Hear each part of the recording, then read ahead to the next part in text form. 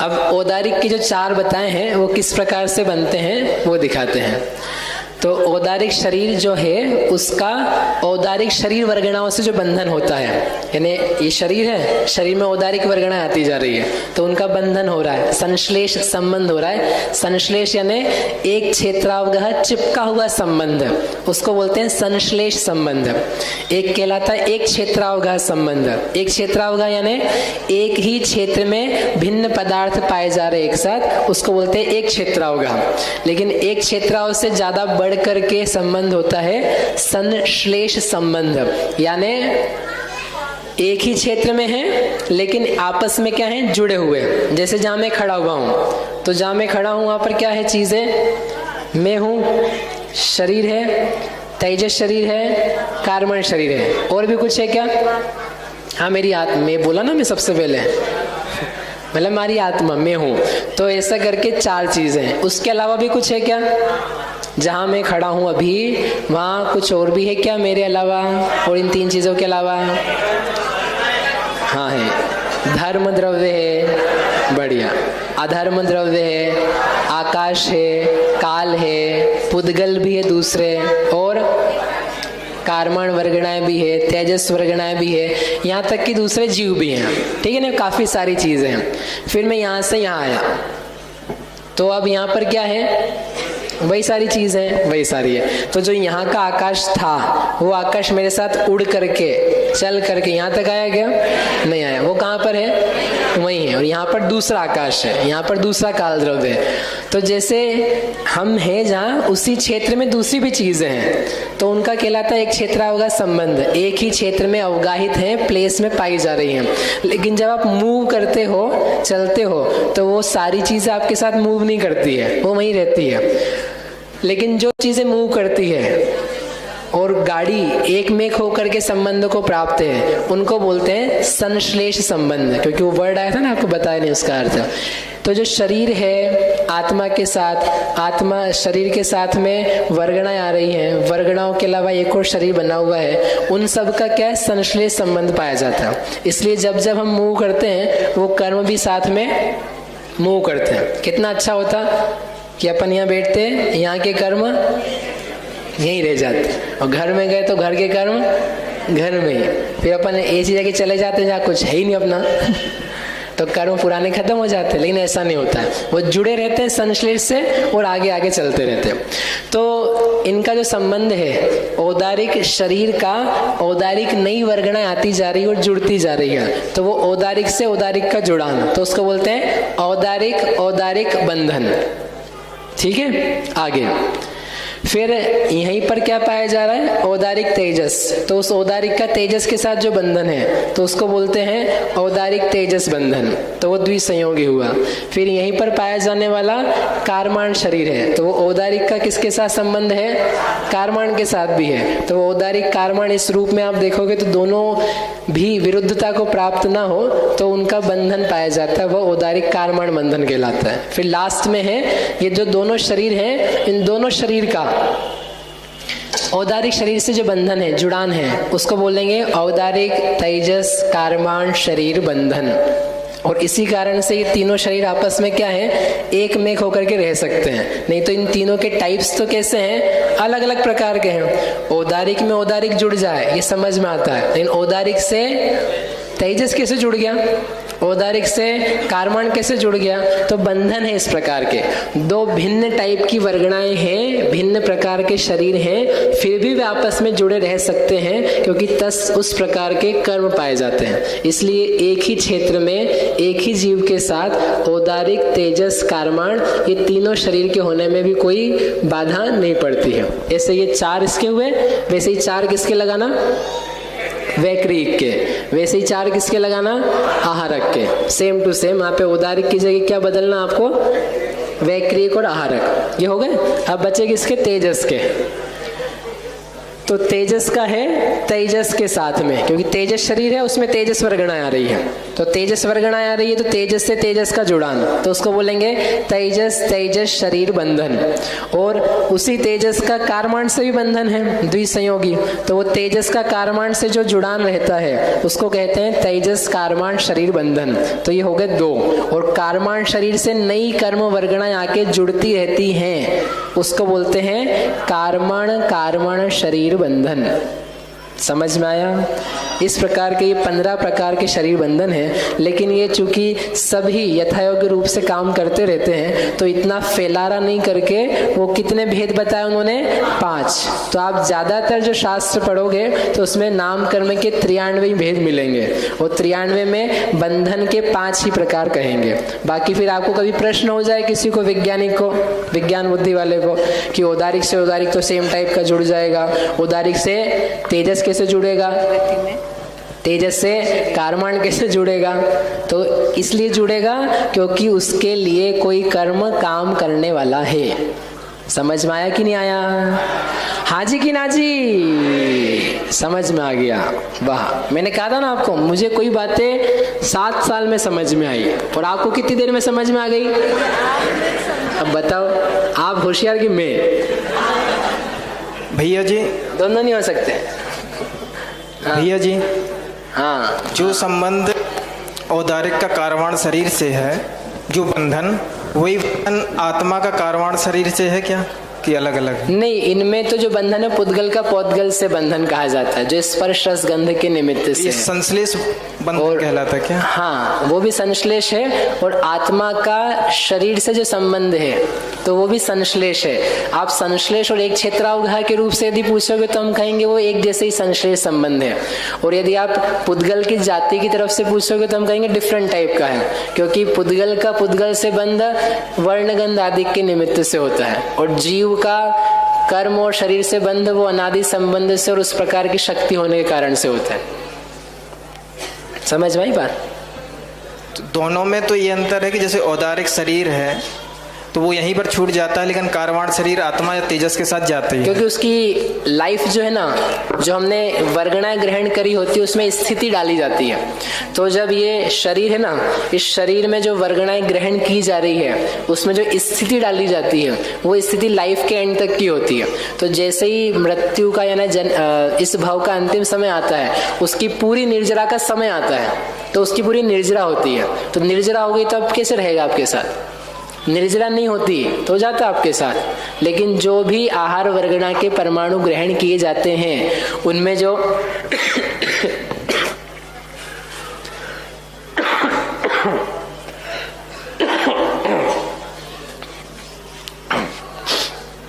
जो भी आहार वर्गणा के परमाणु ग्रहण किए उसमें भी स्थिति पड़ती है। जैसे कर्मों में स्थिति बंद होता है तो वो स्थिति केवल लाइफ के एंड तक की होती, तो वो छूटेगा।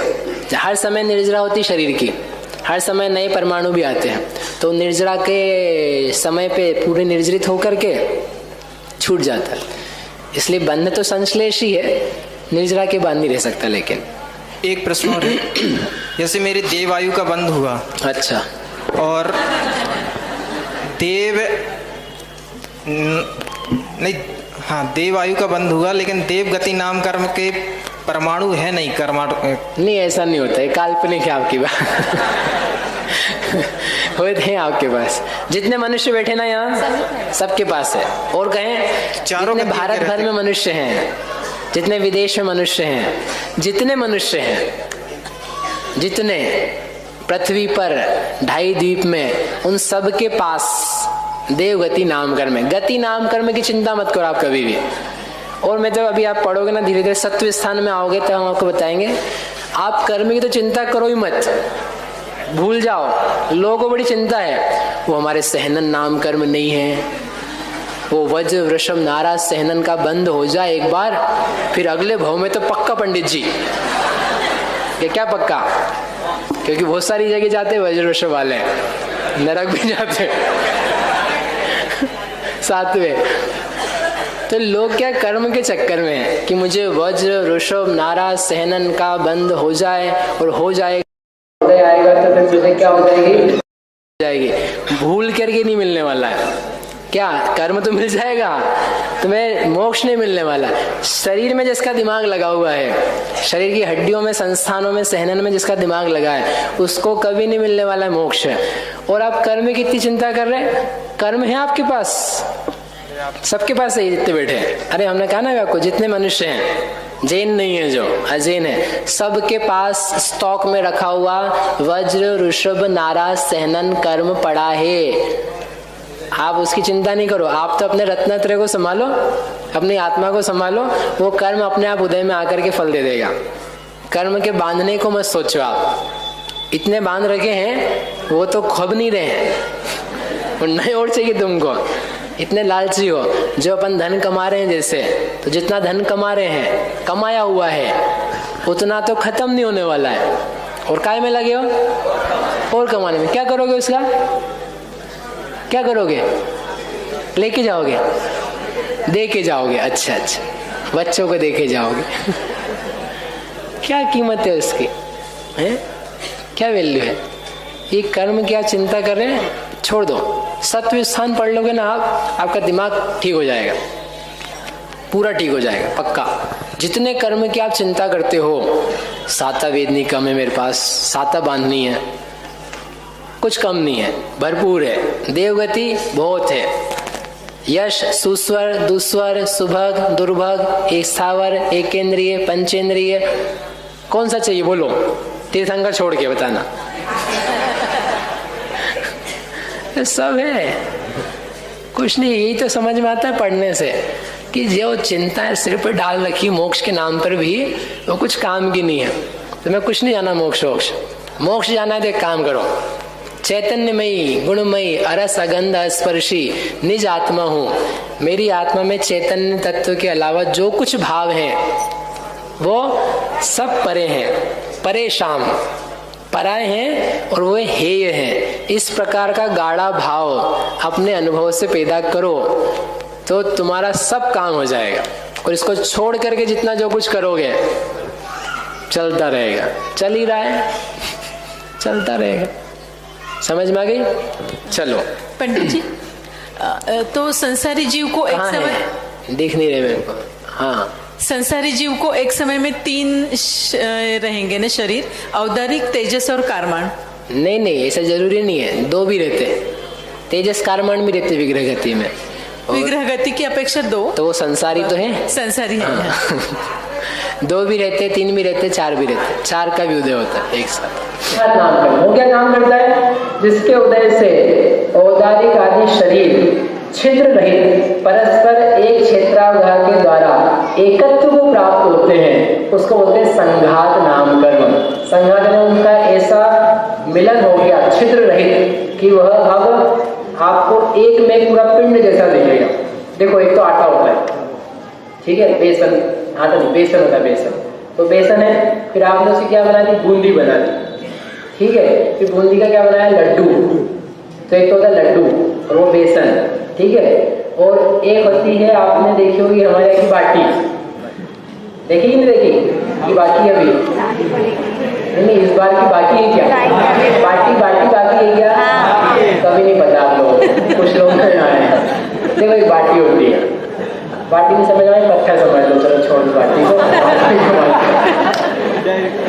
एक पत्थर होता है, तो पत्थर क्या है, उस पत्थर में वो मोतीचूर के लड्डू में कोई अंतर है नहीं, खाने की अपेक्षा तो है, वो पता है मुझे, उनमें जो कलेक्टिविटी है उसमें अंतर है। उस लड्डू में जो छिद्र है, पानी आप डालोगे ना तो प्रवेश कर जाएगा, और गैप भी है उसमें आपस में, तो यद्यपि उसका बंधन हुआ है, एक जगह से लोगे तो पूरा आएगा, लड्डू पर पूरा ऐसा हाथ भर के नहीं लेते, पकड़ोगे ना एक जगह से तो पूरा आ जाएगा, है ना, अच्छे से पकड़ना आ जाता है।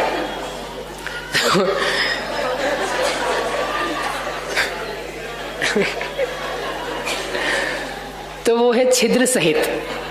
लेकिन जब ये संघात है ना, संघात क्या काम कराता है कि जितने छिद्र विद्र दिख रहे हैं उन सबको पैक कर देता है। ऐसा पैक कर देता है कि उसका एक में एक बंधन दिखता है। जैसे ये उंगली है ना, तो ये उंगली में शरीर नामकरण में से वर्गणाएं भी आई हुई है, उनका जुड़ान भी हुआ एक दूसरे से, और फिर संघात ने उनको इस प्रकार से प्रिपेयर कर दिया कि अब आपको कुछ भी अलग से छिद्र, बीच के छेद वगैरह दिख नहीं रहे हैं। वो पूरी कंप्लीट एक परफेक्टली डिजाइंड उंगली लगती है।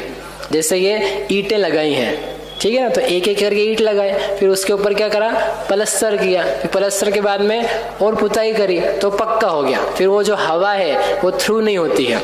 तो ऐसे ही शरीर ने, शरीर का कुछ निर्माण दिया, फिर पलस्तर किया बंधन ने, और फिर संघात ने आके क्या कर दिया, पैक कर दिया अच्छे से।